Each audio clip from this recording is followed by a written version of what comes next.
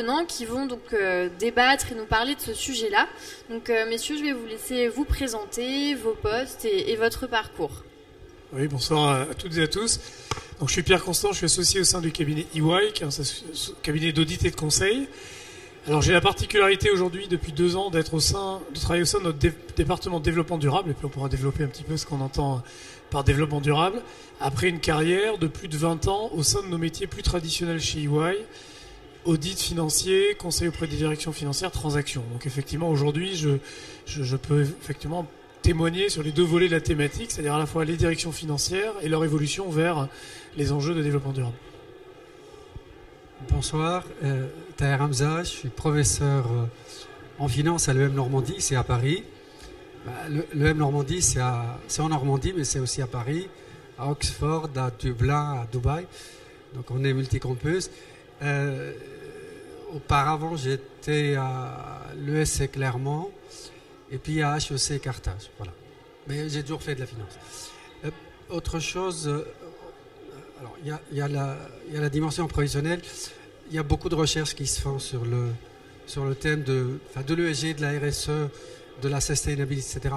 Je pense que je ferai le point aussi là-dessus. En tout cas, la partie académique qui me semble aussi importante.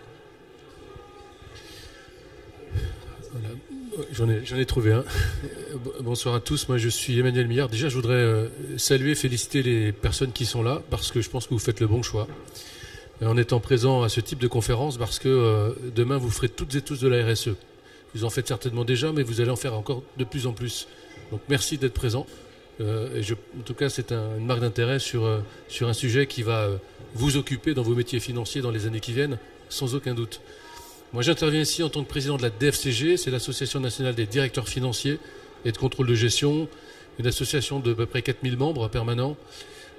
Et avec 17 régions, on a ouvert des bureaux dans les dom-toms maintenant, et c'est aussi un réseau d'à peu près 35 000 participants à nos événements, et on a aussi créé cette année, après 3 ans de travail, l'International CFO Alliance, qui est une alliance qui regroupe 20 pays sur 3 continents pour l'instant. L'Afrique est bien représentée puisqu'elle représente près de 50% finalement cette alliance, et je m'en félicite, je trouve que c'est très bien. Et on a aujourd'hui des pays comme l'Argentine, le Brésil et les Pays-Bas qui vont intégrer donc cette alliance. Et pour terminer là-dessus, la RSE, naturellement, c'est un sujet qui préoccupe les directions financières. Le métier évolue complètement. Alors moi, je suis expert comptable, commissaire aux comptes de formation. Quand j'ai commencé dans le métier, évidemment, tous ces sujets-là ne nous intéressaient pas, ne nous préoccupaient pas. On faisait de la comptabilité, de la fiscalité. Aujourd'hui, on fait tout sauf ça. Aujourd'hui, on fait de la RSE, on travaille sur des sujets digitaux, on travaille sur de la transformation, et on fait finalement assez peu de compta, assez peu de fiscalité. Donc le métier change complètement. Et je pense que c'est bien que vous soyez présents, parce que ça va irriguer, ça va quelque part constituer aussi une colonne vertébrale dans vos activités. Merci beaucoup. Donc pour tous se remettre un peu dans le contexte, ce qu'on vous propose, c'est de donner des définitions, alors théoriques mais aussi mises en pratique, de la RSE et de ce qu'est l'ESG également. Donc je ne sais pas qui veut commencer. Parfait. Les champions des définitions, c'est ça. Alors, juste... point très important, je pense, le point de la définition, parce que il s'agit quand même de dissocier ou de nuancer RSE, responsabilité sociétale des entreprises, et ESG, ce qui est l'acronyme anglophone Environment, Social and Governance. Alors, RSE, c'est plutôt de l'engagement d'entreprise, ça a commencé comme ça. Je ne vais pas faire de l'historique, hein, mais juste pour... mettre en évidence ou en relief l'évolution, c'est de l'engagement d'entreprise, c'est plutôt le côté philanthropique, c'est par rapport à des cultures d'entreprise, une éthique d'entreprise pour s'engager dans la voie de la responsabilité sociétale. Et puis à un moment donné, on a pensé à évaluer l'engagement des entreprises en matière de responsabilité sociétale. Et donc, on a mis en place l'ESG. L'ESG, c'est vraiment l'aspect quantitatif des choses, c'est-à-dire qu'on va évaluer quantitativement la performance des entreprises sur les 3 piliers qui sont l'environnement, le social et la gouvernance d'entreprise. Voilà, c'est juste un aperçu, je ne sais pas si... Non, mais effectivement, moi je suis relativement d'accord avec ça. Deux commentaires complémentaires, c'est que, effectivement, quand on parle d'ESG aujourd'hui, nous on parle de RSE 2.0. C'est-à-dire qu'effectivement, on n'est plus dans un modèle philanthropique où, parce que l'entreprise a réussi, elle va redistribuer une partie de ses résultats au travers d'une fondation, au travers d'une activité sociale en proximité. Mais c'est bien parce qu'elle est engagée sur des enjeux ESG qu'elle est performante. Et je pense qu'on a tous en tête des exemples comme des sociétés comme Patagonia ou autres qui ont mis les enjeux ESG au cœur de leur stratégie, au cœur de leur développement, et ça leur a permis de se distinguer sur leur marché. Donc effectivement, on est autour maintenant des enjeux de création de valeur, articulés autour des enjeux environnementaux, sociaux et de gouvernance. Et donc c'est cette évolution qu'on a vue. En revanche, je pense qu'aujourd'hui, dans les entreprises, dans le monde professionnel, on utilise le terme RSE, ESG et Sustainability, ou durabilité, qui est la traduction française, de manière équivalente. Et vous pouvez avoir des directions RSE, des directions ESG, des directions Sustainability, tout ça, ça veut dire la même chose. Sur des offres d'emploi, sur des organigrammes dans les entreprises, aujourd'hui, c'est à peu près la même chose, mais c'était important de revenir sur cet historique, je suis d'accord. Je crois que vous avez tout dit en réalité, hein, la distinction RSE-ESG, je pense que les choses sont assez claires. Ce qui est important maintenant en entreprise, c'est comment on mesure tout ça. C'est ça le vrai sujet. Comment est-ce qu'on mesure tout ça et c'est là que vous intervenez dans les fonctions financières parce que dans 95% des cas, ce sera vous qui allez faire ça. C'est pas le directeur de la durabilité. Dans les grandes entreprises, c'est pas un problème. Chez Dassault, chez Total Energy, il y a du monde. Mais dans 90% des entreprises, ce sont une fonction du directeur financier. Donc vous allez devoir, puisque là on est au tout début en réalité, hein, on est en train de mettre en place tout ça, avec une entrée en vigueur en 2025, on va en parler, mais vous allez arriver à un moment donné où vous allez mettre la main à la pâte, contribuer à bâtir à la fois les reporting extra-financiers qui ont été évoqués, mettre en place les indicateurs, identifier les remontées de données, bref, c'est un métier qui n'est pas vraiment un métier de financier en tant que tel, extra-financier, mais ça veut dire que quelque part vous serez aux premières lignes pour faire ça, en première ligne. Et donc c'est important ça sera, si vous voulez, le moyen de restituer finalement, de restituer où en est l'entreprise en matière d'ESG et de RSE. Ça, c'est vraiment important. Voilà. Et évidemment, graviteront autour de l'entreprise des spécialistes, des experts comptables, des commissaires aux comptes qui seront chargés d'auditer, d'évaluer ce que va rendre l'entreprise. D'accord ? Mais c'est en ça que j'interviens. C'est vraiment pour dire que la direction financière, encore une fois, elle est au cœur finalement de tout ce mécanisme, ce chambardement qui va véritablement et qui commence déjà à bouleverser les entreprises. N'oubliez pas aussi qu'à partir de 2020, normalement ça aurait dû être l'an prochain, mais en 2026, 25, on aura aussi l'entrée en vigueur de la facturation électronique. Alors tout va arriver en même temps, ça va être sympathique, mais en tout cas, il faut aussi bien avoir ça en tête.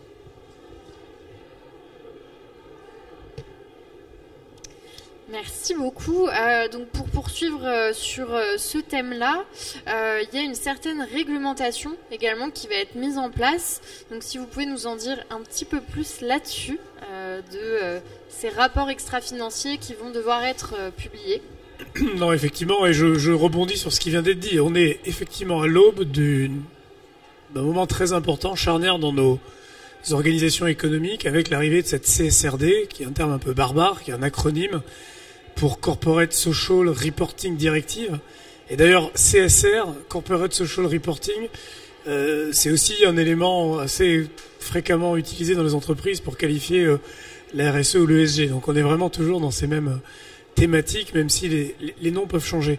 Et effectivement, ce qui est en train de se passer, c'est aussi important que lorsqu'en 1945, je crois, il y a eu le plan comptable général en France, ou lorsqu'en 2005, il y a eu les IFRS pour les grands groupes cotés qui ont dû adopter un nouveau langage de comptabilité internationale. Là, effectivement, on est en train de créer un nouveau langage, un nouveau format de reporting des informations environnementales, sociales et de gouvernance des entreprises, dans un formalisme sur lequel on pourra revenir extrêmement strict, extrêmement normé, qui permettra de comparer toutes les entreprises.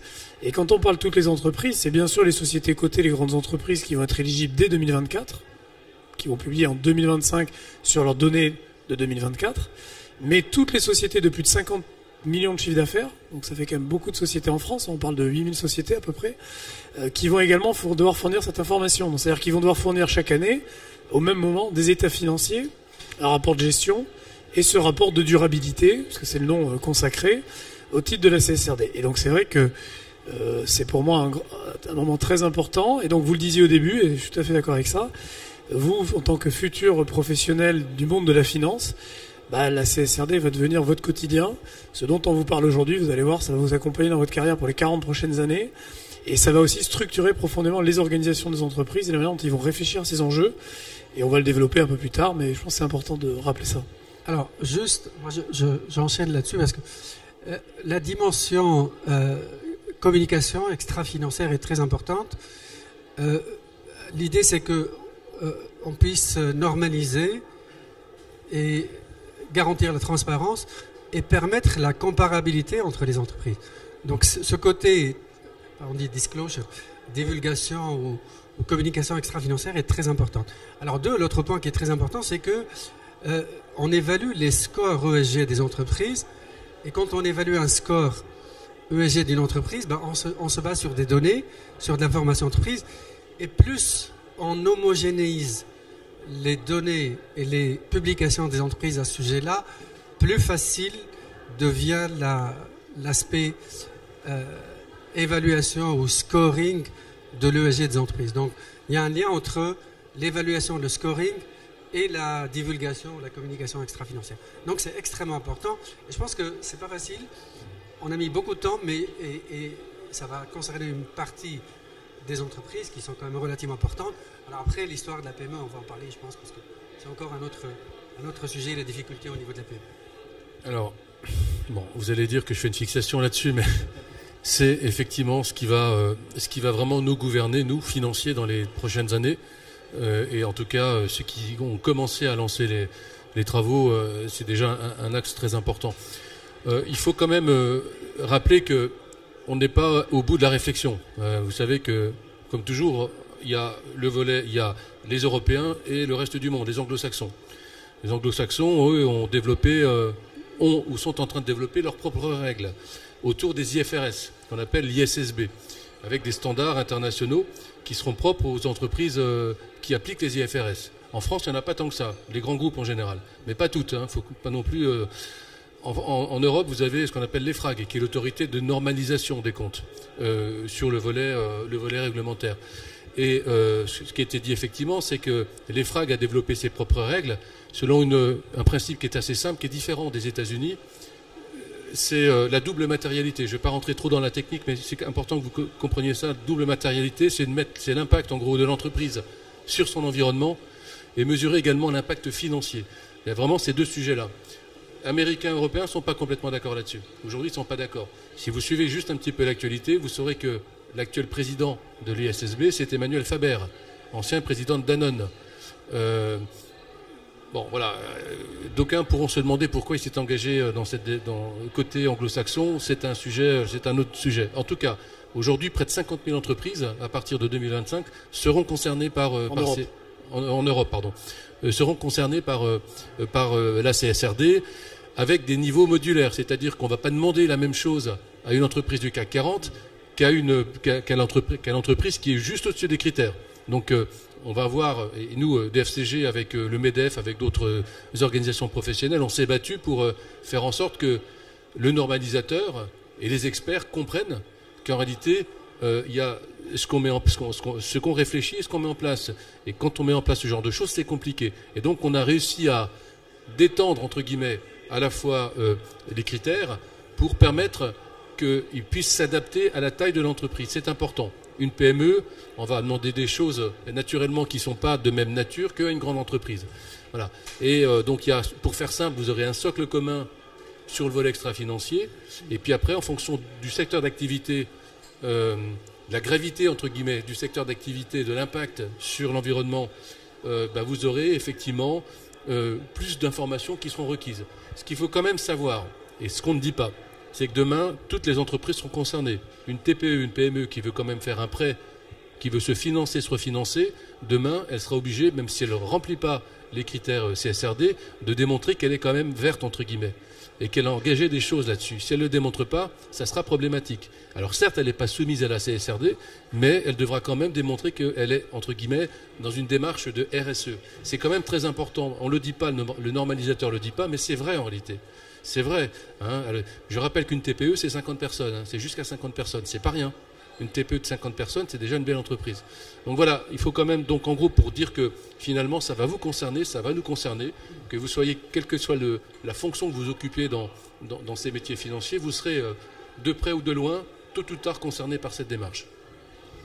Et comme je crois qu'on a aussi des acteurs du monde de la finance au sens banque, assurance, services financiers, c'est aussi important par rapport au dernier commentaire de rappeler que la raison pour laquelle beaucoup d'entreprises, même celles qui sont en dessous des seuils propres à la CSRD, peuvent être rattrapées par ces enjeux réglementaires, c'est que la SFDR, qui est notre réglementation qui s'applique déjà depuis 2 ans au monde du banque, assurance et services financiers, je vois qu'il y en a qui connaissent encore, désolé pour cet acronyme, mais c'est ce qui se passe, va effectivement imposer aux banques, aux sociétés de gestion, de faire des due diligence complémentaires sur leurs investissements dans des participations.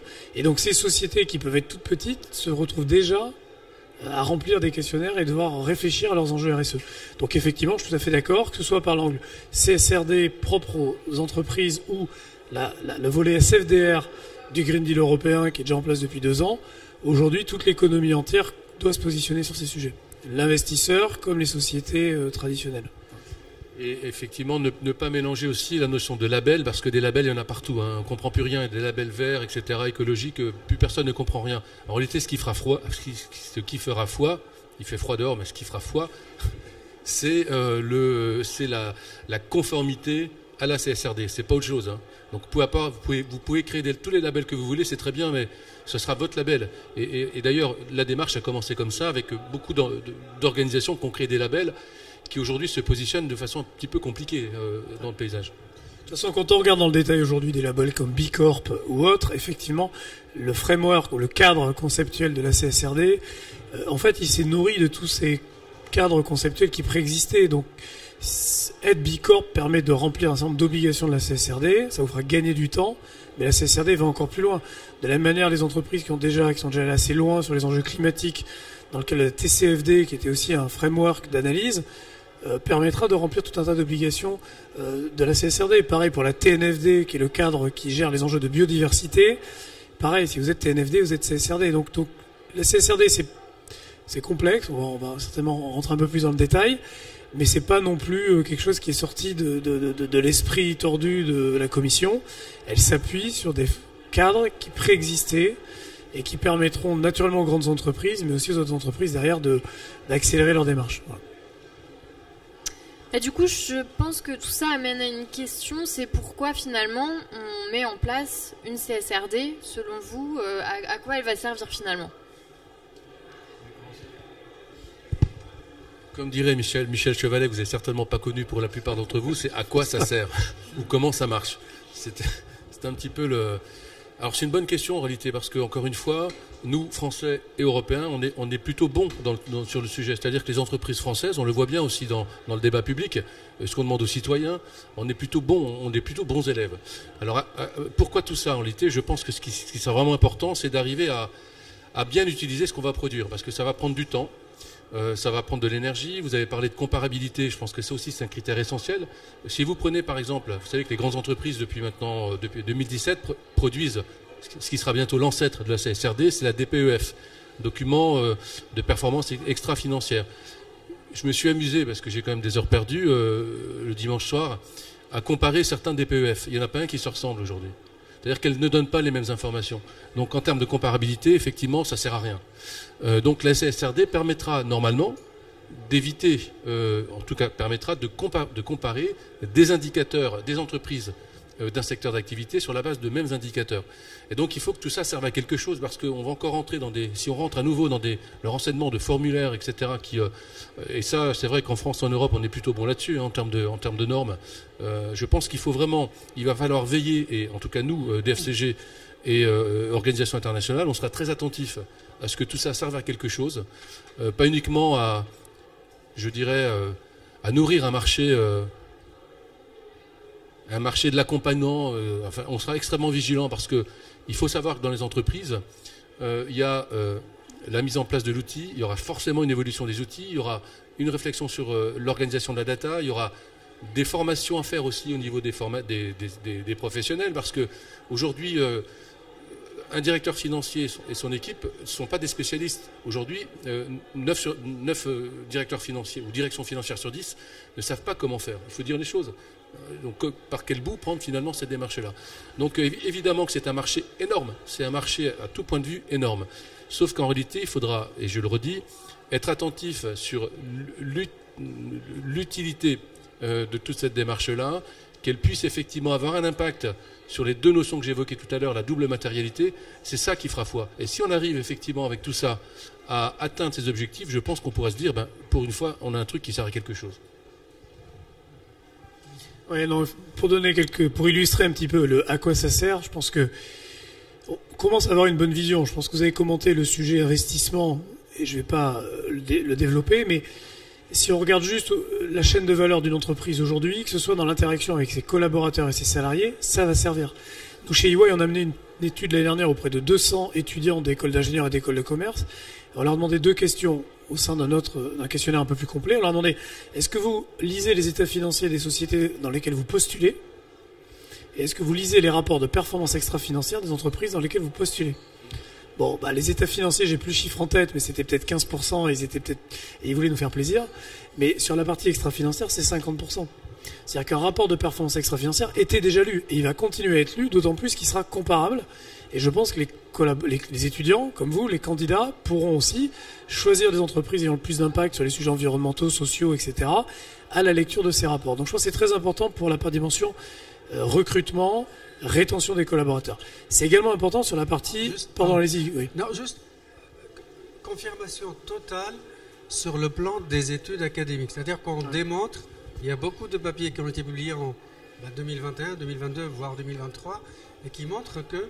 Alors, il y a une double dimension. La dimension réputation, effectivement, ça donne une certaine réputation, et le fait d'attirer les talents à travers ce type d'engagement et donc de communiquer les réalisations et les performances sur ce plan. Pardon, c'était juste... Non, mais c'est très bien effectivement de le préciser. Et c'est vrai qu'il y a une étude du MEDEF qui est sortie là, il y a 2-3 semaines. Effectivement, ils ont posé les questions aux collaborateurs s'ils se sentaient bien au sein de leur entreprise et comment ils jugeaient la stratégie de l'entreprise et la performance ESG. Et il y a une très forte corrélation entre ces 3 critères. Les collaborateurs vivent mieux au sein de sociétés qui ont une stratégie RSE claire. L'étude, elle est très claire là-dessus, donc je pense que c'est intéressant. Et puis, c'est aussi ce qu'on aspire, nous, tout un chacun, à titre individuel. Voilà. Après, je voulais aussi rajouter que sur l'axe fournisseur, c'est également très important. Vous savez alors on parle beaucoup de réglementation, mais bon, malheureusement, c'est le monde dans lequel on vit, donc il faut aussi s'y habituer quand on veut embrasser une carrière dans la finance dorénavant. Et il y a aussi autre chose qui s'appelle le devoir de vigilance en France, qui concerne les très grandes entreprises de plus de 10 000 salariés dans le monde, basées en France. Mais en Europe, ça va également s'appliquer à toutes les sociétés de plus de 250 collaborateurs dans 2-3 ans. Et ces réglementations, elles demandent à un grand donneur d'ordre, Airbus, Renault, etc., de s'assurer que toute sa chaîne de valeur, tous ses fournisseurs et le fournisseur de son fournisseur, etc., respectent un certain nombre de critères, sur des critères qu'il aura lui-même définis, mais généralement plutôt vertueux sur les sujets environnementaux, sociaux. Bon. Eh bien, si vous vous retrouvez être le fournisseur d'un de ces grands donneurs d'ordre, si vous voulez participer aux appels d'offres, il faut montrer patte blanche, il faut expliquer quelle politique vous avez mis en œuvre sur la partie environnementale, sociale, et quelquefois respecter certains des critères qui vous auront même fixés. Voilà. Et de la même manière que vous êtes l'entreprise, aujourd'hui, pour participer à des appels d'offres auprès de sociétés publiques, je pense à la RATP, la SNCF, qui ont été très clairs là-dessus, beaucoup d'entreprises publiques, aujourd'hui, il faut respecter un certain nombre de critères environnementaux et sociaux auxquels il faut se contraindre. Donc, la CSRD, je pense, va amener un cadre qui va permettre aux entreprises de se poser les bonnes questions, toutes de la même manière, et qui permettra aux fournisseurs, aux collaborateurs, aux futurs collaborateurs, aux clients, de comparer un petit peu tout cet environnement. Moi, je rajouterais 2 choses, des exemples concrets sur l'impact de cette notion de durabilité dans les rapports de gestion. Je prends l'exemple d'un groupe coté. La DPEF représentait dans le poids du rapport de gestion à peu près 150 pages. À peu près 150 pages, donc un peu moins de la moitié du rapport de gestion global, juste pour vous donner un ordre de grandeur sur l'impact quand même en termes de travail. Hein. Une augmentation des frais d'audit de 50% et une équipe dédiée pour piloter l'ensemble. Voilà, c'est ça en réalité. Alors, on est dans des groupes cotés, c'est un peu particulier. Tous les groupes cotés ont des équipes qui sont pas spécialisées, qui sont en train de se spécialiser. Mais naturellement, ce que je vous dis ici, dans les entreprises qui font partie du périmètre, elles devront aussi, elles, à leur niveau, renseigner en tout cas un certain nombre d'éléments. Donc ça, c'est très important. Et sur le devoir de vigilance, il y a un vrai débat aujourd'hui qui a lieu quand même, parce que c'est vrai qu'il est assez contraignant. Et il peut expliquer en tout cas, ça peut être une des raisons au fait que certaines entreprises, par exemple, quittent l'Afrique. Pourquoi ? Parce que c'est des critères qui sont assez stricts, qui ne sont pas appliqués par toutes les entreprises. Certaines entreprises outre-Atlantique ne respectent pas ces critères-là. Et donc, ça crée des écarts de concurrence qui sont défavorables aux entreprises européennes, et notamment françaises, et qui expliquent en partie que certaines entreprises françaises décident de ne pas aller sur des marchés publics africains. Voilà, donc, encore une fois, on est plus royaliste que le roi là-dessus. C'est bien, il faut le faire, vous avez complètement raison, mais il faut que tout le monde le fasse. Si tout le monde ne le fait pas, effectivement, on est les dindons de la farce. Et c'est pareil sur la CSRD. Demain, si certains fonds activistes ou certains fonds d'investissement outre-Atlantique, j'adore les États-Unis, hein, mais je dis simplement qu'il y a quand même des distorsions de concurrence.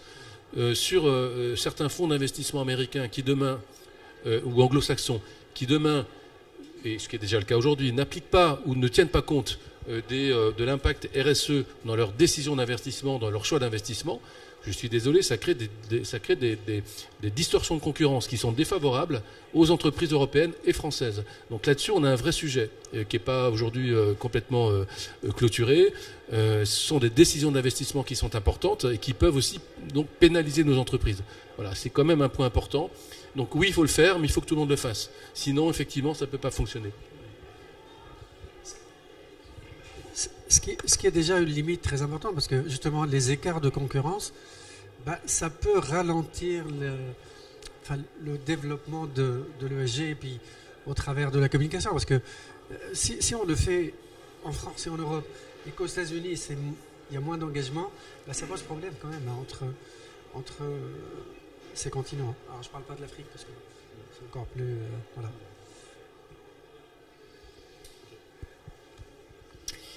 Du coup, là, on va passer plutôt aux impacts. De quelle façon, finalement, les entreprises, elles vont pouvoir mettre ça en place ? Vous l'avez un petit peu évoqué, mais comment elles vont gérer cette nouvelle réglementation et quels sont les moyens aussi qu'elles mettent déjà en place, finalement, pour promouvoir la RSE et l'ESG ? Non, mais effectivement, aujourd'hui, le sujet, il est extrêmement d'actualité. Toutes les grandes entreprises, aujourd'hui, comme je vous expliquais, elles seront soumises à partir du 1er janvier 2024. Donc c'est demain, il faudra qu'en printemps 2025, elles publient ce rapport. Donc elles sont aujourd'hui, en grande majorité, surtout le SBF 120, elles ont lancé des projets d'analyse de double matérialité, vous en parlez, de gap analysis, qui est l'étape d'après, pour mesurer ce qu'ils ont à faire. Voilà. Ce qu'on peut dire, pour que vous ayez quand même un ordre de grandeur, parce que c'est un peu technique, je pense pas qu'on va trop rentrer dans le détail, mais ce qu'il faut comprendre, c'est qu'on vous a parlé de la DPEF, qui est la déclaration de performance extra-financière, qui s'applique depuis 2017, mais même avant, depuis le Grenelle 2, aux grandes entreprises françaises.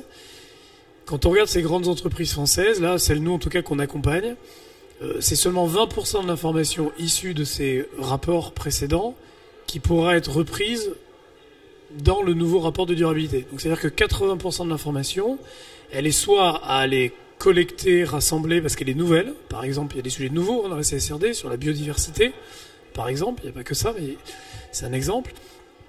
Ou alors, il faut qu'il l'adapte parce qu'elle n'est pas au niveau du formalisme requis par la CSRD. Donc naturellement, c'est un gros sujet. L'autre élément important, puis après je vous laisserai commenter aussi là-dessus, mais il ne faut pas oublier, c'est que ce rapport de durabilité, puisque c'est le nom français qu'il devra prendre, il devra être audité. Donc comme toute information qui sera auditée, il faudra qu'elle soit en qualité, qu'elle s'appuie sur des procédures, qu'elle soit conforme, etc. Et donc... naturellement, on ne peut plus non plus se permettre de peut-être faire un peu comme avant, un rapport de durabilité sur Excel, etc., etc. Donc les entreprises s'équipent pour s'outiller avec des outils de reporting, pour amener cette information durabilité au même niveau qu'une information financière. Alors c'est compliqué parce qu'une information financière, c'est un bilan, un compte de résultats, un tableau de flux de trésorerie, vous savez ça. Et avec la comptabilité en partie double, il y a une certaine forme d'interaction entre ces éléments.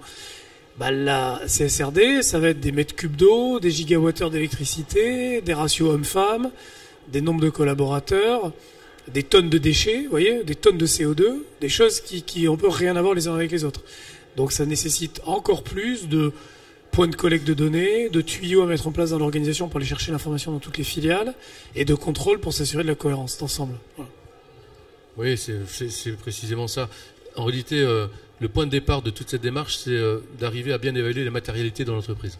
Si vous arrivez à comprendre ça et à mesurer les impacts en sortant, je pense que vous faites une grande partie de l'exercice. Sauf que c'est pas facile en réalité. C'est pas facile et qu'il faut organiser ça autour des 3 axes qui ont été évoqués tout à l'heure, hein, le SG, l'environnement, c'est peut-être le plus simple parce que le plus facilement mesurable. Le S, c'est tout ce qui est social, sociétal, où là, il existe des données. Vous savez que dans les entreprises, elles doivent renseigner ce qu'on appelle la BDES, hein, une base de données sur l'ensemble des critères et des données de l'entreprise. La plupart du temps, j'ai été directeur général pendant quelques années, la plupart du temps, elles sont mal faites, parce que c'est très compliqué à renseigner. Donc ça veut dire qu'il faut aussi en profiter pour remettre tout ça à niveau. Bon. Et puis le G, gouvernance, alors là, c'est pareil, hein, y a du boulot, il y a du travail, mais ce qui est intéressant dans ce qui a été dit, c'est qu'on a aussi du temps pour le faire. Tout n'est pas demandé tout de suite, heureusement. Tout n'est pas demandé tout de suite, et tout le monde ne renseignera pas tout. On a aussi plaidé, nous, organisations professionnelles, pour permettre aux entreprises d'amortir plus facilement l'ensemble de ces coûts, parce que ça va représenter des coûts. Vous savez, c'est comme en finance, il y a un droit d'entrée. Voilà, il y a un droit d'entrée sur le marché. Ce droit d'entrée, il va être relativement important. Investissement en matériel, informatique, sur la data, sur la formation, sur le personnel. Donc ça coûte du pognon, comme dirait quelqu'un que vous connaissez. Et plutôt que de charger tout sur les 2 premières années, on a plaidé auprès des autorités, des pouvoirs publics pour lisser finalement ce surinvestissement sur quelques années, de façon à lisser la charge. Là, pour le coup, ça c'est de la comptabilité.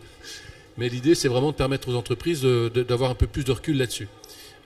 Mais il y a un coût d'entrée qui est important, qui est plus ou moins important. Il faut l'accepter. C'est dans tout. Hein. La facturation électronique aussi, il y aura un coût d'entrée. Mais après, je reste intimement persuadé que ce sont des coûts d'entrée qui sont positifs, qui sont utiles, et qu'il faut pouvoir aussi faire supporter aux entreprises. C'est ça qui est le plus important. Je pense que les entreprises, elles le feront, il n'y a pas de doute, mais sauf qu'il faut les aider à le faire intelligemment, et à ce qu'elles puissent aussi supporter le poids de cette nouveauté qui va quand même bouleverser, quand même, encore une fois, non pas uniquement l'entreprise, mais aussi les directions financières en entreprise. Et donc pour vous, peut-être, je pense que c'est important aussi de comprendre qu'il y a beaucoup d'opportunités sur le marché, parce que ce soit au sein des entreprises qui doivent mettre en place ces reporting, se poser les questions de ce qu'ils doivent faire, où aller chercher l'information, comment la rendre compréhensible pour l'extérieur, etc. Il y a énormément de projets qui s'organisent, énormément de projets également IT sur tous les enjeux d'outils et de systèmes pour aller collecter la donnée. Et puis dans les sociétés d'expertise comptable, d'audit de conseil, il y a également beaucoup d'activités. Hein. Vous voyez, pour illustrer ce que vous disiez aussi tout à l'heure, nous chez EY, on a peut-être 3000 personnes qui sont dans les métiers de la finance, de l'audit, du conseil au sens large. On est 200 dans le département de développement durable. Donc vous voyez, ça vous montre. Et pourtant, on est le plus gros aujourd'hui, à Paris en tout cas, sur ces sujets. Donc mais bon, on est en croissance de 30% tous les ans, mais ça vous montre que voilà, le sujet est nouveau et on est en train d'accélérer.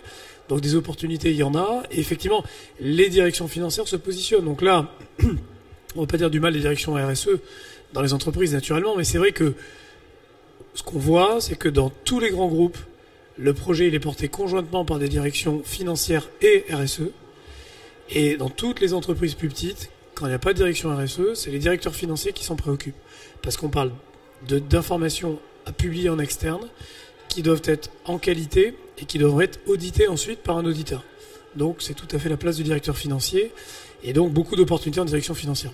Alors juste dans ce sens, je pense que le côté obligatoire fait que ça crée énormément d'opportunités parce que les compétences dans ces domaines-là, on les recherche sur le marché, on n'en trouve pas facilement.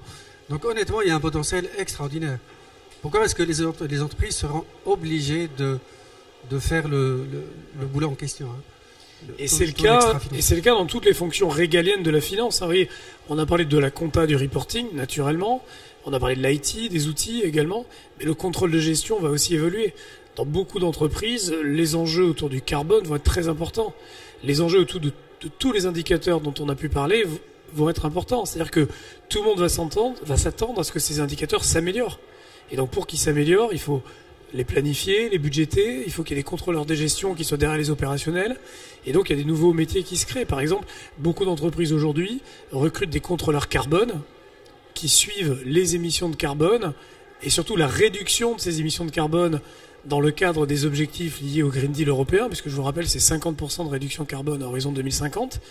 Donc c'est du nouveau métier. Contrôleur de gestion carbone, ça n'existait pas il y a encore 6 mois.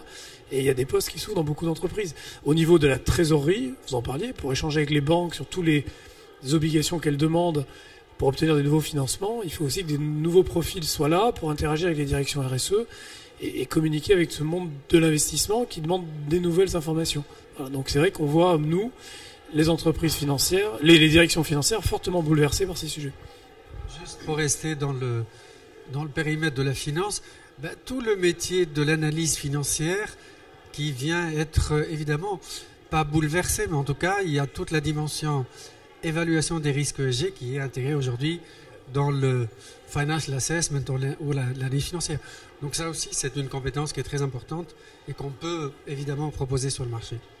Aujourd'hui, là aussi, si vous suivez un petit peu l'actualité financière des entreprises, si vous regardez les publications de résultats qu'elles ont faites au printemps 2023 au titre de l'exercice 2022, beaucoup d'entreprises, pour la première fois, ont publié leurs performances non seulement sur des indicateurs financiers traditionnels, croissance du chiffre d'affaires, croissance de l'EBIT, de l'EBITDA, des free cash flow, taille du carnet de commandes, mais également maintenant au même niveau, sur le même slide, sur le même document, leurs indicateurs ESG, que ce soit la réduction des consommations d'énergie, le mix énergétique entre énergie fossile et énergie renouvelable, le nombre de femmes dans les comités de direction pour les enjeux de diversité dans le cadre de la loi Rixin, etc. Et donc, c'est majeur. Et je terminerai aussi que quand vous regardez les conférences analystes sur des entreprises du CAC 40, 80% des questions des analystes des investisseurs sont sur ces sujets RSE.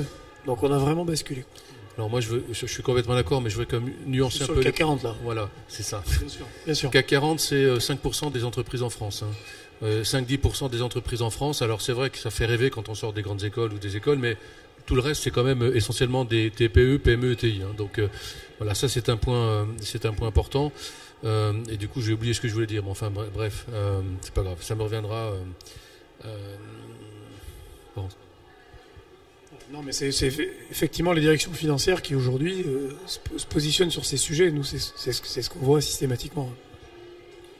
Oui, ce que je voulais dire, c'est qu'en réalité, on est aussi sur des réflexions aujourd'hui qui portent sur la mise en place, on a parlé de la comptabilité carbone, sur la facturation. On est en train de pousser au niveau de la DFCG, au niveau de l'Alliance. Alors c'est compliqué, parce qu'il y a des lobbies, mais on y viendra. C'est-à-dire que c'est de venir à l'origine, à la source. C'est-à-dire quand on passe une écriture comptable, on passe une écriture comptable carbone. C'est-à-dire qu'on va mesurer à la fois l'impact réel sur la facturation et l'impact carbone. Mais tout ça dans une écriture comptable.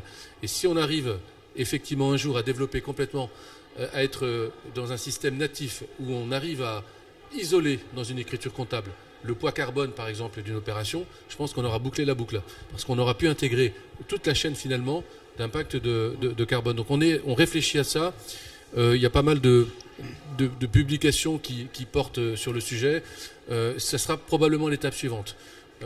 Mais je pense qu'il faut y aller vraiment de façon progressive. Ne pas oublier que, avant tout, une entreprise, elle est faite pour produire, elle n'est pas faite pour enseigner des reporting. Je le dis juste en passant, c'est important. Mais une entreprise, elle a des salariés à payer, elle a des charges à payer, elle ne va pas passer son temps à faire que des reporting. J'ai dit les choses aussi clairement devant les FRAG à l'occasion de consultations et en leur disant que vous êtes des normalisateurs, vous êtes des experts, mais l'entreprise, elle produit, elle délivre. On ne va pas employer autant de personnes pour produire des reportings qui, comme vous le disiez, seront peut-être lus au début et puis finalement tomberont assez rapidement dans les oubliettes. Donc, voilà, donc ça rejoint votre question sur l'utilité.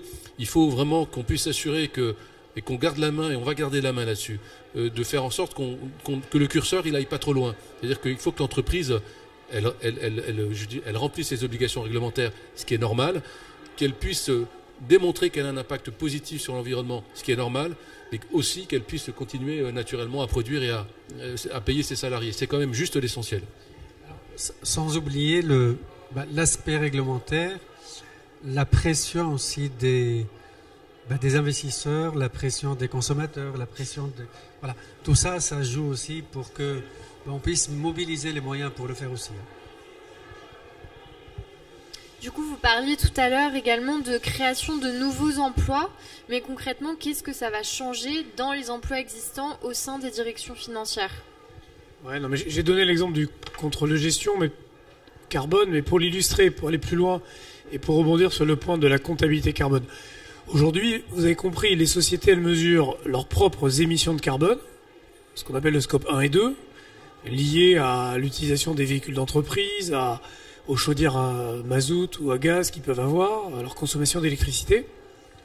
Puis ils mesurent aussi leur scope 3, c'est-à-dire les consommations de leurs fournisseurs, le scope 3 amont, et de leurs clients dans l'utilisation des produits, qui est le scope 3 aval. D'accord ? Naturellement, les entreprises, dans le cadre du Green Deal européen, qui faisait suite à la COP 27 à Paris en 2015, elles ont cette obligation de réduire l'ensemble de leurs scopes 1, 2 et 3 à l'horizon 2050.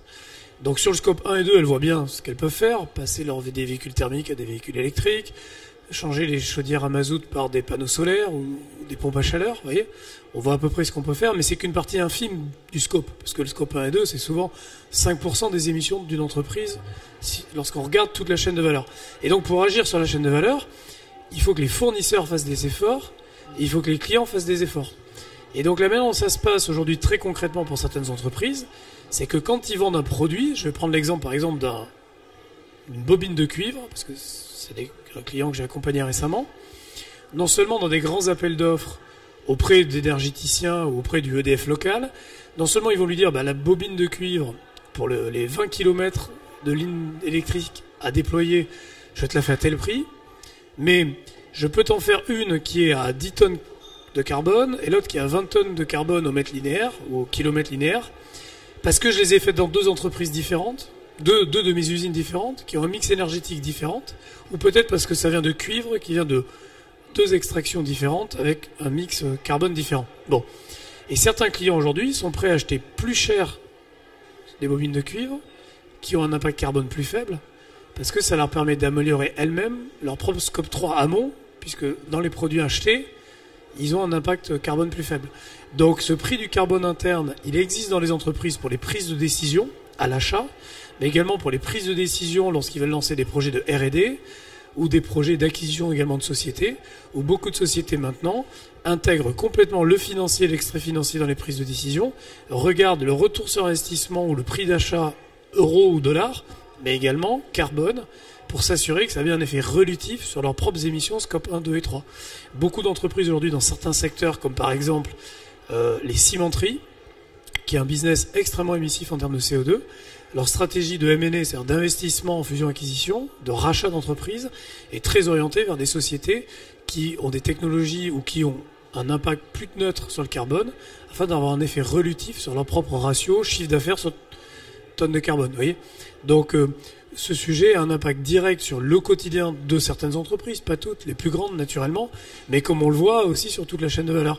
Et donc n'importe qui dans l'entreprise aujourd'hui, un acheteur, un vendeur, un contrôleur de gestion, qui était habitué à manipuler que des euros, il commence à manipuler des tonnes de carbone, des gigawattheures, etc. Et donc en ça, c'est nouveau. Voilà. Il faut qu'ils se forment et il faut qu'ils s'apprennent assez rapidement. Je crois qu'on en a parlé sur les changements de métier. Déjà, préciser aussi que aujourd'hui, il n'existe pas vraiment de formation quand même.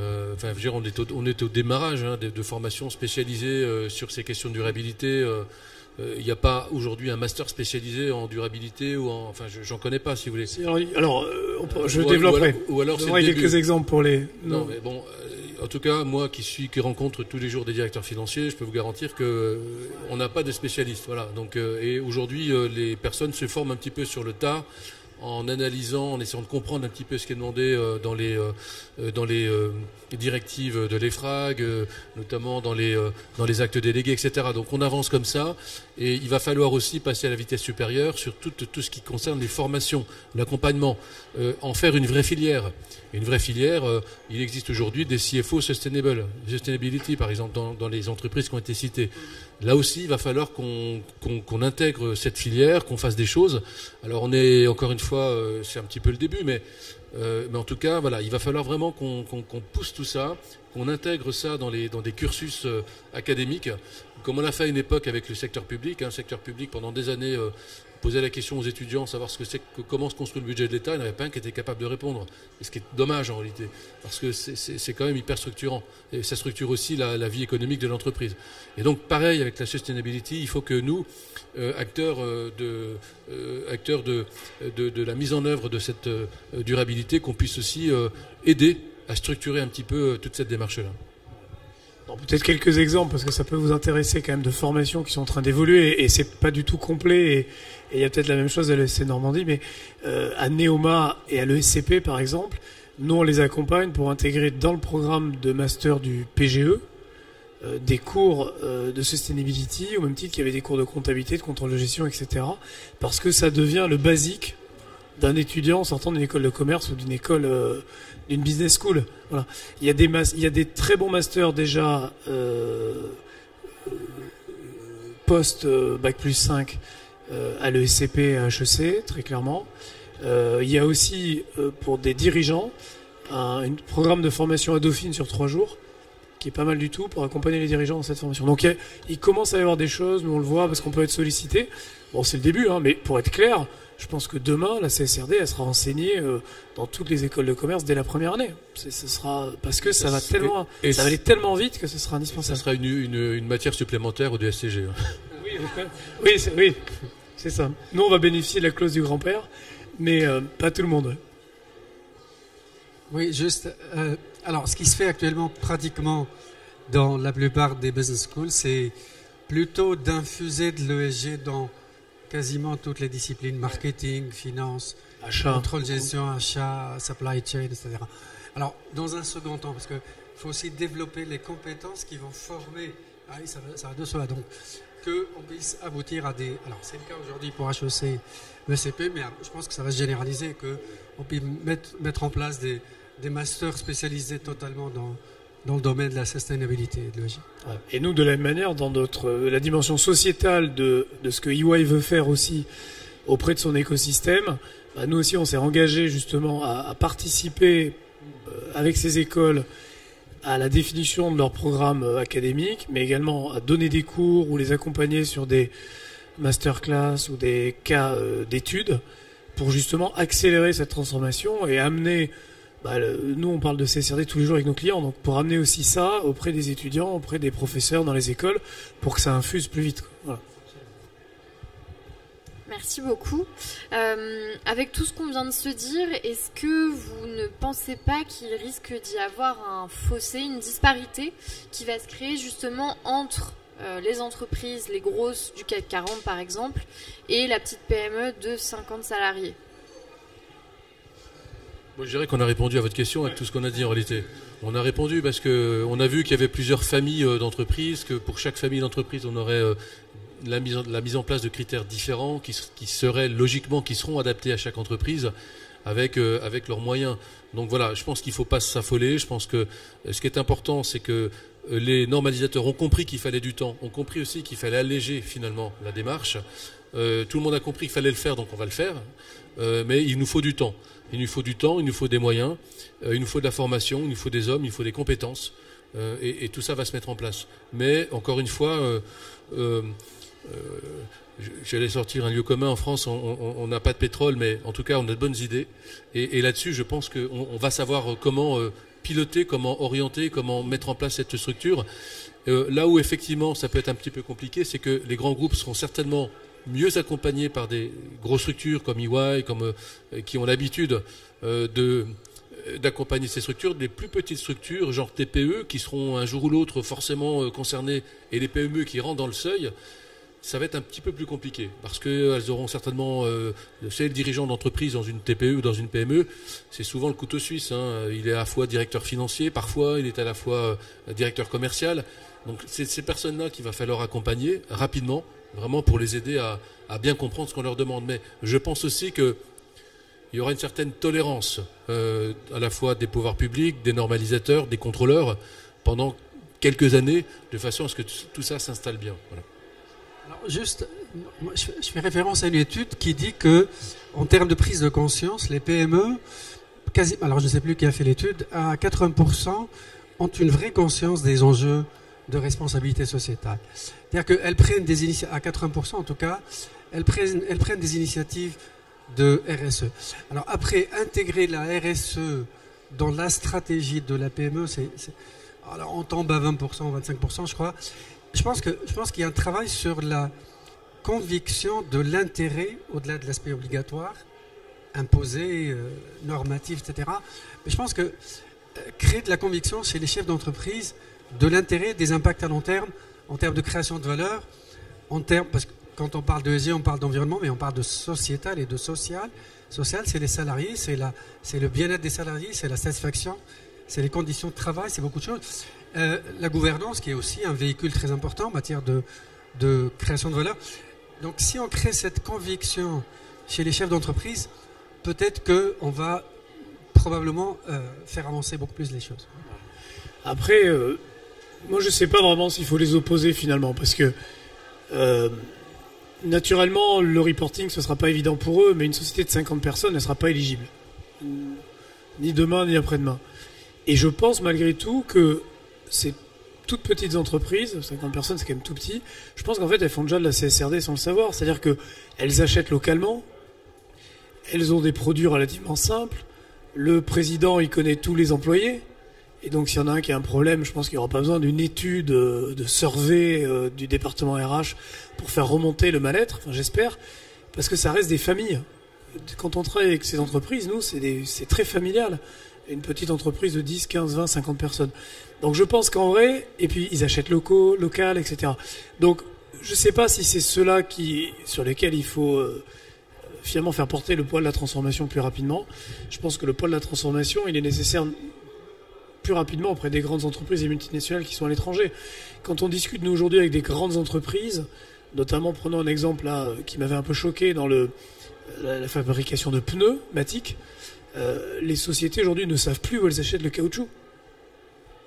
Ils ne savent pas s'il vient d'Afrique, d'Amérique du Sud, ils ne savent pas du tout. Parce qu'en fait, on est dans un monde économique tellement complexe, avec des intermédiaires, etc., extrêmement globalisé, ils ne savent plus. Donc moi, je pense que je fais confiance aux toutes petites entreprises encore pour avoir un bon sens paysan et pour gérer leur business comme il se doit, et leurs équipes et leurs collaborateurs de manière saine. Il y a naturellement des gens qui font pas bien les choses, mais c'est pas parce qu'ils feront la CSRD qu'ils le feront mieux, vous voyez. Je pense que c'est un peu illusoire de penser ça. Et je pense qu'au contraire, il faut vraiment qu'on s'attaque à un modèle économique qui s'est complexifié, où les gens ne savent plus auprès de qui ils achètent, sans se soucier des conditions de travail des salariés en question. Et c'est ça qu'il faut qu'on transforme. Merci à tous les trois. Il nous reste 3 minutes si vous avez des questions potentiellement sur un des sujets.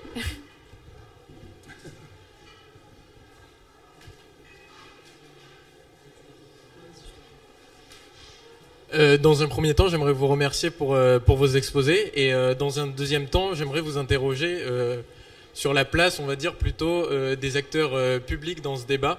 Est-ce que dans un premier temps, ils ont des moyens de mettre en œuvre des mécanismes de contrôle, et dans un second temps, est-ce qu'ils développent des politiques justement RSE au sein de leurs activités ?